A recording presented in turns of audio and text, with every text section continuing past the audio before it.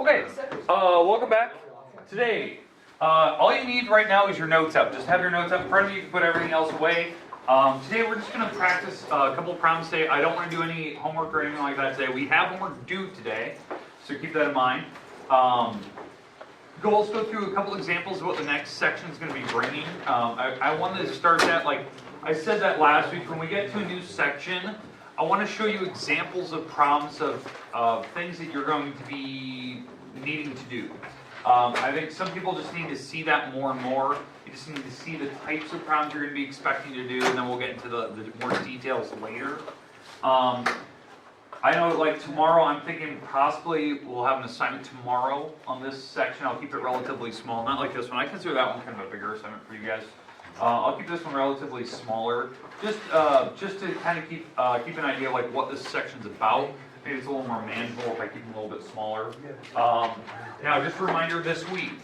I know that we have basketball games tomorrow. We have band concert tonight. We have wrestling tomorrow. We have basketball on Thursday. Wrestling Thursday. Okay, Thursday. And then Friday we're out early. On Thursday. Hey, on Thursday this week. If you are going to retake my chapter 3 test, if you're going to choose to retake it, it has to be done by Thursday this week. Okay, so keep that in mind. I'm not here after school tomorrow. We leave pretty early for basketball tomorrow. So keep that in mind. It has to be done by Thursday this week, completed, finished. So that means if you're going to choose to retake, you have to be here in the mornings going through problems.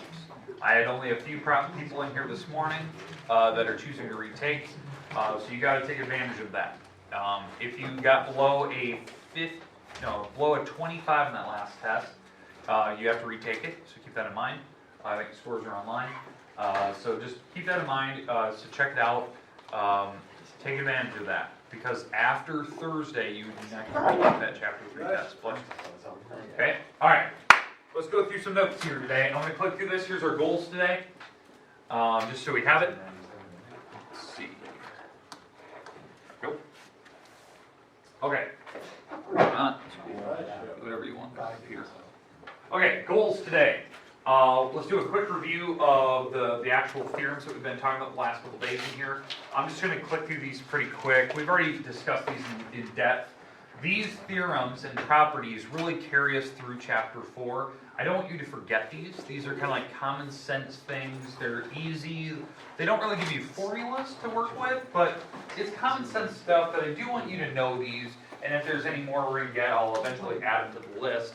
But these are, right now, these are the main ones. They do have names. Every single one of these has a name, except for the corollaries, really. They're just a follow-up to 4.1. But remember, we need to know these. These will help us in the eventual homework problems we're going to get now.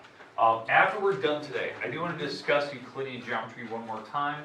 That, why do these work and when they wouldn't work. I think we discussed that like last Tuesday or Wednesday last week.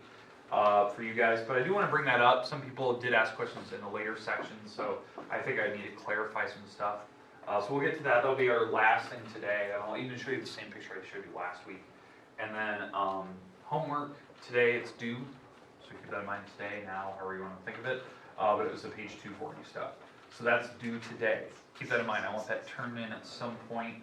You've had that, since last Wednesday or something like that when I gave it to you. So keep that in mind. But this week, kind of like temporary time frame, I'm thinking possibly tomorrow we'll get an assignment on this section that we're in, 4.2, and then possibly that might be the last assignment this week. So keep that in mind. Yeah. So this next one we're getting, the one that we get tomorrow might be the last one this week. So keep that in mind. Yeah. So. Alright, but today, let's go through these theorems. This is called the triangle angle sum theorem. This is the one that we talked about last week. It was theorem 4.1. Remember, all the angles add or sum, that's the word that they use, the sum of, they add to make 180. We need this one today when we get the examples of what 4.2 is going to give you.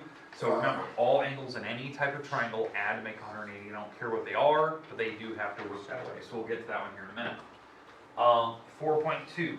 the angle on the outside, the exterior angle, is equal to the two remote interior angles added together, summed together. So like on this problem, angle number 1 here, it's on the outside, that's an exterior angle. It's equal to angle B and A added together. Now on this example, this is the one that the book shows you.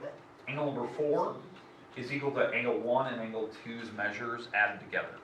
Okay, so whatever these angle measures are, 1 and 3, you would add these together and that would make angle number 4, the exterior one. Because again, the reason why this works is because that these two have to add up to be 180, because they're side by side and make a straight line, and the triangle makes 180. So duh, this angle 4 has to be the same as 1 and 3, because they add and make 180 no matter how you look at it. Okay, 4.1, the triangle angle sum corollary. This particular corollary works for right triangles, that the two remaining ones in a right triangle have to add up to be 90 degrees. They're complementary. That was common sense, but they have to add up to be 90. That is a quick way to like quickly solve. And then the corollary number 2, in any type of triangle, it doesn't matter, there can only be one right angle or one obtuse. Now this is the one we're going to talk about later, is that one in particular. And that's the Euclidean stuff that some people are asking questions on. How do you know there can only be one? Well, it's based on the way that they have to add up to be 180. You can't have more than one. But I'll show you when we get to non-Euclidean space. So that's something I brought up last week. Okay, here's the examples I want to talk about. These are the types of problems that the section number 2, 4.2, are going to give you. And I thought today would be a nice day to introduce these, kind of talk about some of the more difficult looking ones, and then get to some of the easier ones in the later examples. So I picked about 8 problems out of your book, just kind of random pages, that use the properties we were discussing. So I just kind of picked them throughout the book.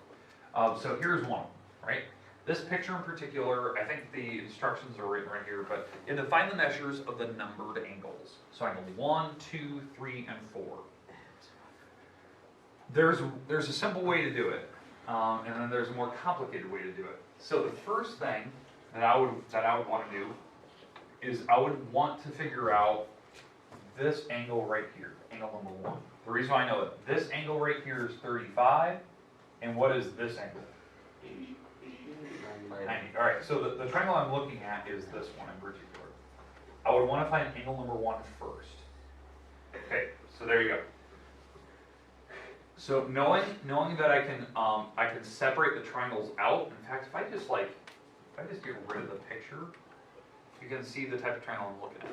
So I'm looking at this triangle, I'm trying to find this angle in the corner. Well, what should these two add up to be? Yeah, the whole triangle should, but what are the remaining two add up to? 90. 90. Because that is a right triangle. They have a little box there. And so these two that are left should add up to be 90. That was the corollary number 2 that we talked about. Now, Fred's not wrong. Triangles should add up to be 180, so that's the other way you could approach that triangle.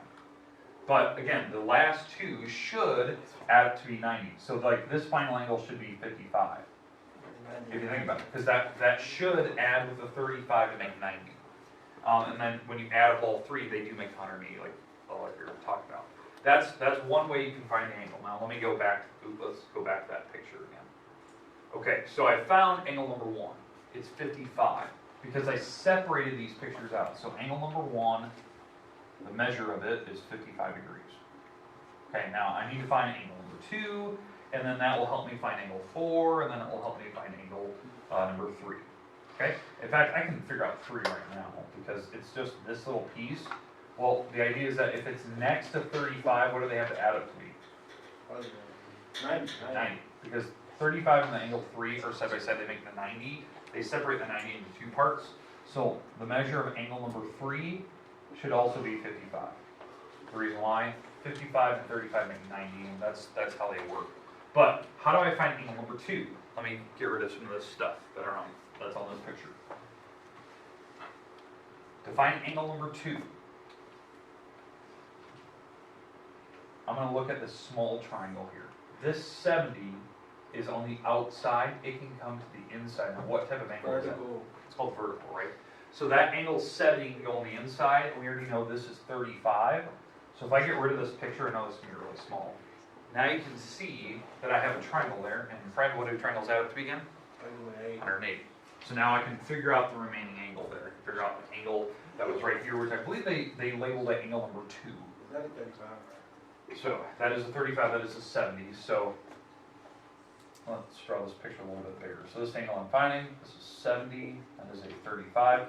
Ooh, 35, there we go. So these angles, so far these add up to be 105, and I still have to find angle number 2. Yeah, and the idea is that you're absolutely right. This should be a 75, so that the measure of that should be 75 because it has to add with 105, and these two make the 105, right? So that's the idea. So now that I have angle number 2, if I go back to that picture here a little bit, I can write the measure of angle number 2 here is 75. Now that we have that, now I can find angle number 4. They lead you through the steps, but again, I have to mix all these properties together to figure out angle number 4. So let's go back to the picture. Because now that I know angle number 2 here, this was the 75 like we just said a little bit ago. I don't know angle number 4, but what can help me is this. That I can separate these triangles out. And this is a right triangle. And I'm trying to find angle number 4 here. Well, let me get rid of the overall picture. Now you can start to see what I'm looking at. That I can now separate the triangles out because that is a right triangle. This was angle number 2, that was angle number 4, and it did make a big right triangle there. So this angle down here would have to be, what, 15 degrees? So that it would add up to be 180, or these two have to add up to be 90. That's the other way to think of it. That's using corollary number 1. So again, your goal was to figure out the measures of each one. Well, the trick was to go through them one at a time, not in order necessarily, because it didn't go out of order, but it's just to like use the basic properties. That's the type of problem you need to be used to seeing. Question? Will they always give us 2 angles, like the 90 degrees and then the 75? Yeah, they're going to give you a bunch of different looks to these triangles, but they usually provide you with enough numbers that you can go through and you can solve all of them. And it's just using basic stuff, like vertical, using 90-degree angles, 180 rule. But the idea is that the goal today was to show you like a bunch of different ones. Not just the ones from this section, but I picked from different pages in your book. Like, how can we use this stuff later as well? And I thought this was kind of useful. So the first, I think it's like the first 4 examples I picked today were directly out of this section. That was one problem that I saw in the book, right in this section that we had to do.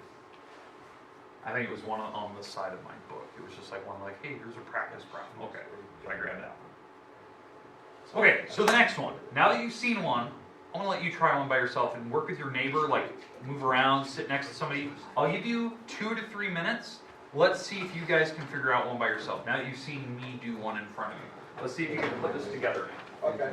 Okay, so here we go. Let's try one out, move around, sit next to somebody that you like. Here we go. That you like. So example number 2. Same exact idea, but I want you to find the measures of the numbered angles. 1, 2, and 3. In this case, there's only 3 angles. This one's a lot easier than you think, but I do want to talk about it. So, let's see if you can figure it out. Now, if you need a calculator, go to the back of the room, grab one. But sit next to somebody. I'll give you 2 to 3 minutes. I'll even put a timer up on the board so you can see it. Okay, take your time. Let's see if you can figure this out. If you figure it out, don't blurt it out loud.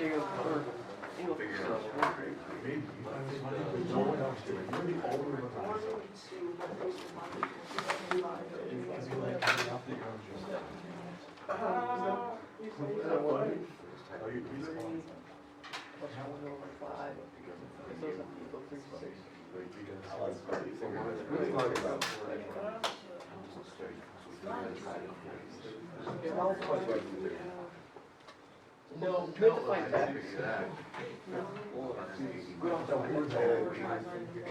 Oh, you just find angles 1, 2, and 3.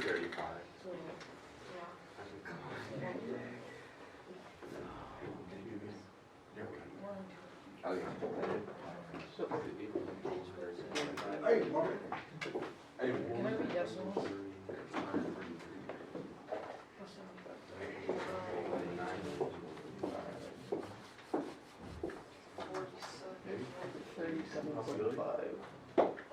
Is there decimals? Is there decimals?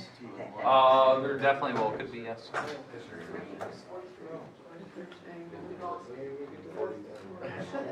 Yeah, 3 has to, the whole entire triangle has to equal up to 180.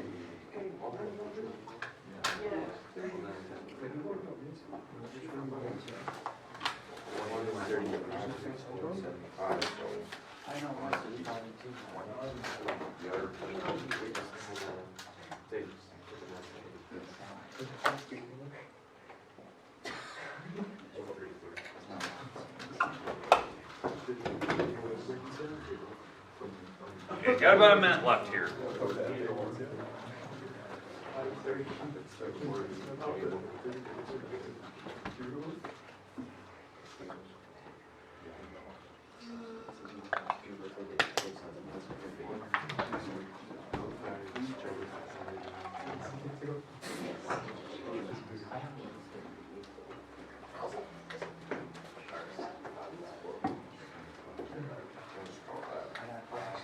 Okay, does any group need more time? Okay. Do? Yeah. Okay, a little bit? Okay. Oop, sorry. I haven't stopped the timer yet. Still going. Yeah, we're good. Okay. Any break group wanna talk about what you did? Okay. So give me one of the angles that you might have found and talk about it. Number 3. Okay, talk about it. How did you find it? I added 23 plus 24. Okay, Because I good. knew it has to equal 180. Good, so these three had to be 180. Okay, so angle 3 plus the other 2. That was 47. Okay, 47 degree. And then I did 180 minus 47, and that got me 3. Good. And you got 180, and say it again. You move that over, what do you get? Oh, like for my total? Yeah, like what was your angle number 3? 133. 133. Okay. Any questions, concerns about that angle? Okay, I agree with that. Okay, that was good. That you know that the triangle had to add up to be 180. That was probably the easy one from that picture, right? Finding angle number 3. But what about 1 and 2? Somebody want to discuss that? Okay, what do you guys have? We have, since 105 is there and Yeah. 1 and 2 are equal, Okay, We good. How do you know that they're equal? because they have the same markings. Yeah, exactly. This marker is huge. Seeing that marker meant that the angles were the same. Some people don't know that. That's why I threw this one in there from the book. When they have the same marker, the angles are the same measure. So, keep going. So we took 180, so that's the Yep. angles of the triangle. Subtract 105 from that. Good. Yeah, because you knew that these had to add up to be 180. You subtract that over, and what do you get? We got 75. Good. 75. And then what do you do? And we divided that by 2. Good, because these angles are the same. So if you call them both x's, let's say, then that would be 2 x's, and you're absolutely right. You would have to divide the 2 over, and what do you get? 37.5. 37.5. And that would be your 2 remaining angles. And yes, they can be decimals. For 1 and 2? For angles 1 and 2. Yeah. Yep. Because they have to add up to make 180 with the 105, and they had to be the same number. They had to add up to be 75, so they had to be decimals. I ain't know if they're gonna make dust. Yep, you can always make decimals. Okay, questions? Okay, now, that was just the first couple examples. The next few that I found had a little bit different topic, and this was also in your section. They asked for a slightly different result, what they're looking for. So let me get rid of this picture. All right, so let's go to the next ones here. So you can get decimals as an... Yes, you could get I got the decimals in same this. answer, but I wasn't confident with it because there's Oh, a decimal. Yeah, you're gonna get decimals in this particular section. Okay, so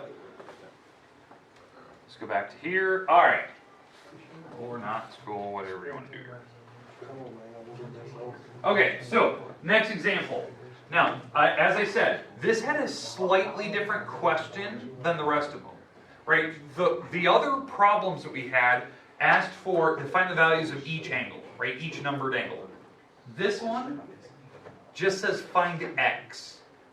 And then once you have x, classify the triangle. So here you go.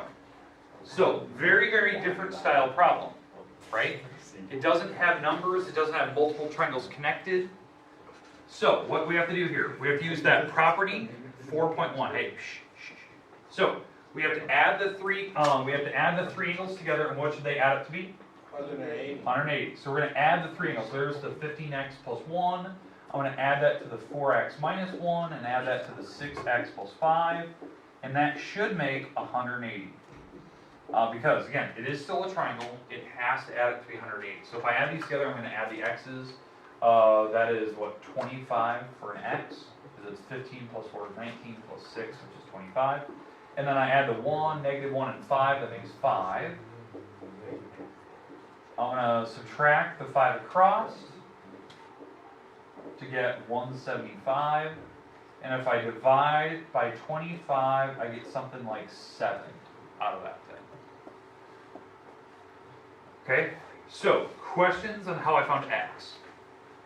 Wait, so you just did like terms? Like terms. Move the 5 over, divide by 25, like terms. Now, I didn't finish the question though. I found x, that was check number 1. Found the value of x. So I found that one. The second part, I have to plug it back in because I need to know what classification is it. Is it acute, right, obtuse? Is it scalene, isosceles, or equilateral? The angles will tell me that.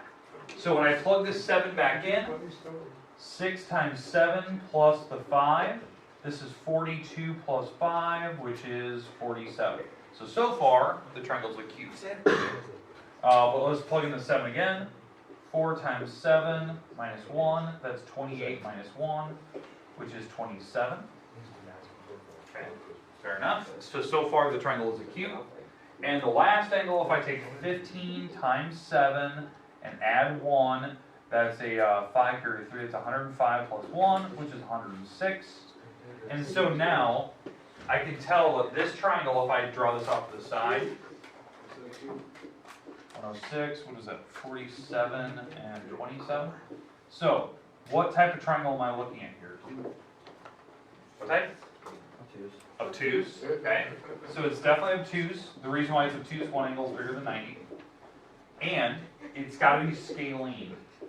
Now, how do I know it's got to be scalene? All sides are different. Yeah, all sides are different because all the angles are different. If the angles are different, the walls are different. That's how they work. That's how triangles work. The angles actually tell you if walls match. So if I go back to that last picture, that one where we were finding angles 1 and 2 and they were the same, that triangle happened to be isosceles because 2 angles were the same. This one is obtuse because it has an obtuse angle bigger than 90, but it's scaling as well. That problem is radically different than the other two that we were doing.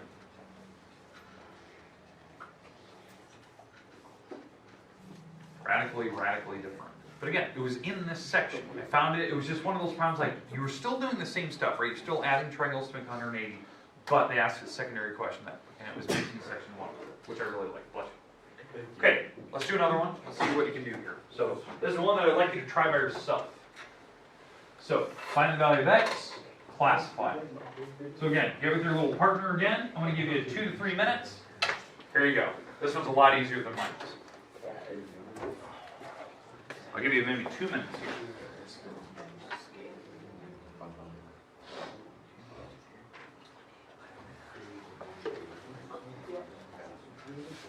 So remember, you got to find the value of x and classify it at the end.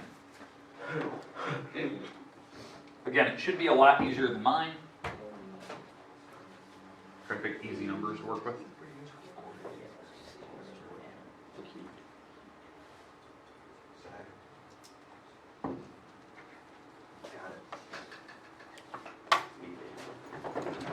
Trying to keep it relatively straightforward, pretty easy.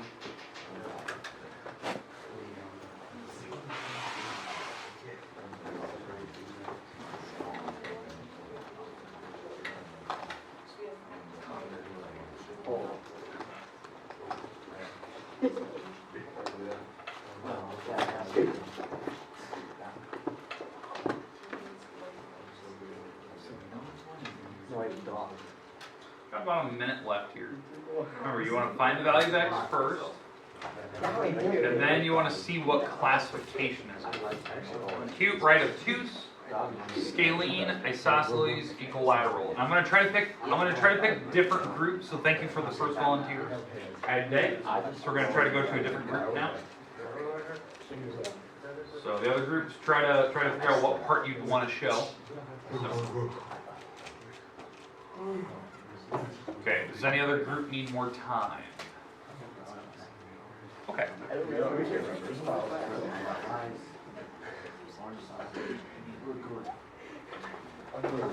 Okay.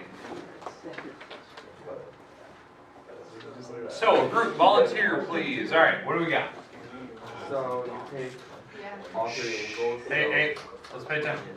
Okay, keep going. You take all three angles, so you do 2x plus 3x Good. plus 4x. Good. And what do you get? Equals 180. Good. You got them together. What do you get? 9 x's.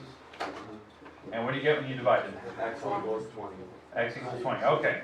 So now, second group now. That was good. Thank you for that first group. We found X. So that was check number 1. Second group. Okay, Fred, what do you got? What do we want to do with that? Throw the 20 back in. Yep. All of these. Okay, so what do we get in this first angle if I plug 20? 20 times 2 is 40. 20 times 2, which is? 40. 40. In fact, I'm just going to write 40. So, that was 40 down here? 80. 80 and 60. 60. Okay. So now we plug it in. Thank you, Fred. Somebody in this room, I need you to classify, but not those first couple groups. So I've already had 3 groups about to. All right, finished. What do you got? It's a cube. It's a cube and angle. Scaling. and All scaling. angles different. Yeah. So it's a cube because all angles are less than 90, and it is scaling, like you said. All the angles are different, so all the walls had to be different. That was nicely done. Okay. So it's a cube and scalene. Okay. Questions, comments about those types of problems? Okay, now, all 4 of those problems were directly from the section we're going into, 4.2. I thought it was just kind of nice. Let's jump right in. Let's see what they look like. Let's see if you guys can handle them. For the most part, once you see them, pretty straightforward. Now, the next couple pictures I picked 4 other problems. They are randomly in chapter 4 and some other remaining pages, but there were some of these were insanely difficult to look at, and that's why I picked them. Because they're using everything that I just showed you. The same exact rules. It's just the picture looks a little more difficult. So I thought, no better way than to show you right now. Let's see if you guys can handle it. Let's see if we can actually do some of these problems. So I'm not going to do all of these. I just want to do maybe 1 or 2 of them, but I want to click through them and we're going to pick one that we want to do. Okay? So we're not going to do all 4 of these. So here's some other problems I'd like you to just take a look at. So let's click through these real quick. Let's see what they look like. Okay, so first one. Find the measure of each numbered angle. So here's one of the pictures I saw. Nope, next. Okay? Nice. Alright, but as you can tell, like it's difficult. There's a lot of different triangles here, like we're seeing. Okay? In fact, one of the ways that I would definitely find this, I know this seems really difficult, I would find this angle first, and then you can move it down to angle number 2. Because that can go vertical to 2, and then you can find this angle, which I know it doesn't really require.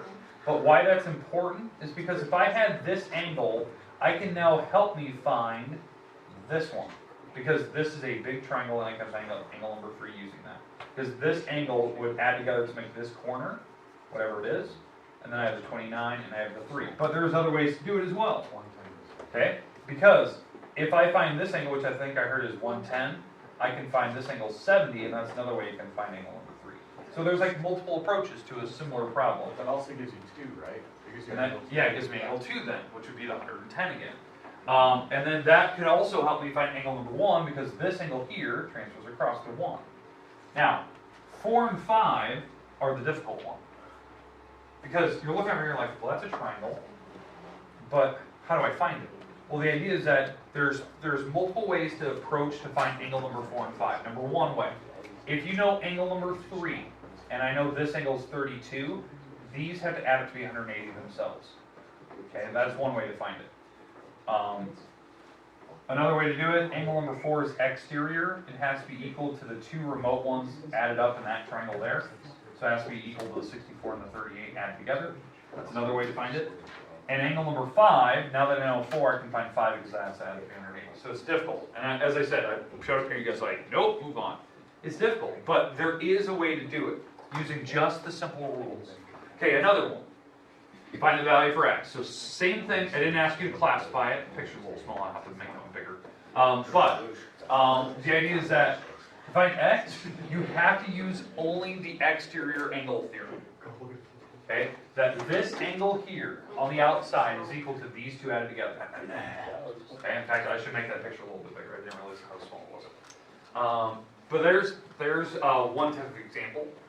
Another one, if I show you another one of these, find the value of each variable. This one requires the same sort of type of problem, where this angle on the outside is these two added together. In fact, I know this angle and I know that one. The reason why, this is a 135, so this angle right here has to be a 45. Because I have to add with the 135 to make 180. So if I add these two together, I can set it equal to 9y minus 2. And then I can find y. I gotta plug it back in with the 45 and make sure that I can find the z. So that is like a two-step problem. Again, I need to make that bigger. Okay, then the last example that I pulled out of the book. One of the last examples I saw, find the number of each measured angles. So similar to the first couple problems. I didn't realize how small these were. But anyways, kind of difficult looking. The trick on this problem is that this angle right here, where my little laser pointer is at, that angle has to be 90. Because you have a 90 next to it, so this has to be 90, so now you can find angle number 2. And then I can find angle number 1, because this is a triangle. And so 1 and 2 have to add up with the 28 and 51 to make 180. Then I can find angle number 3, because I know this angle right here, so I can add up that triangle to make 180. And I can go back over to angle number 4, because this has to be 90, I can find that. And all that good stuff. And I can just keep going and going and going. And you can find angle 5 and 6 later. Okay?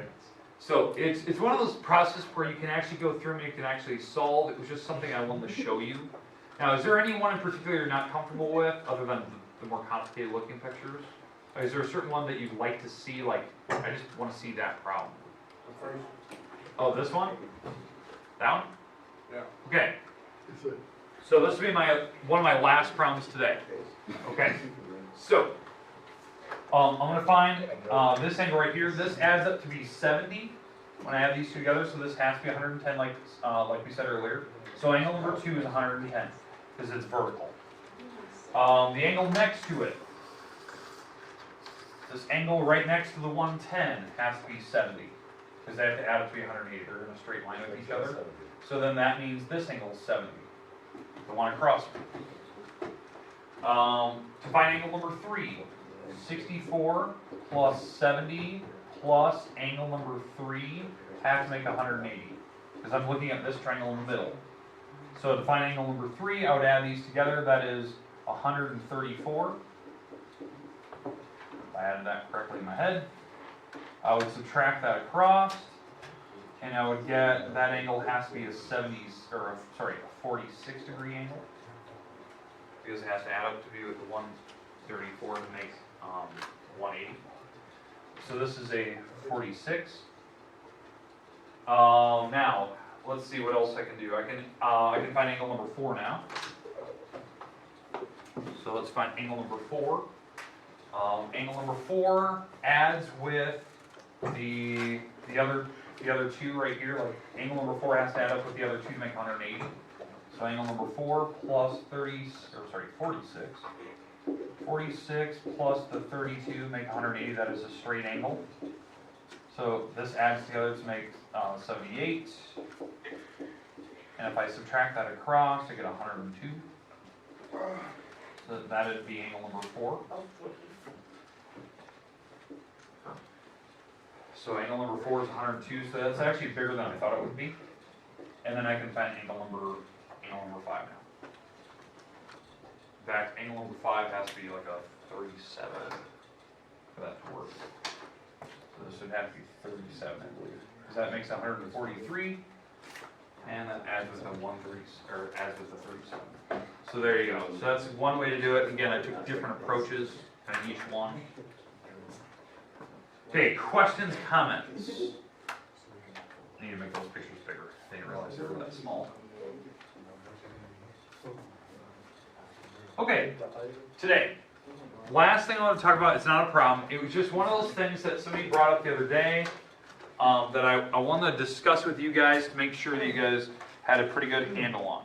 It was the idea of Euclidean geometry, that on Euclidean geometry, that when you have triangles that are on flat planes, they have to add up to be 180. Anytime you move to three-dimensional, now triangles can add up to be anything you want. Okay, what I mean by that?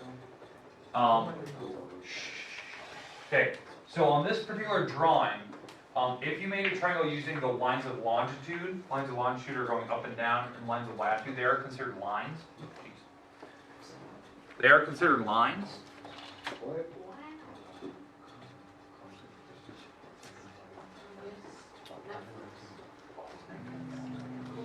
Or not. One of those times the computer just stopped working. Alright.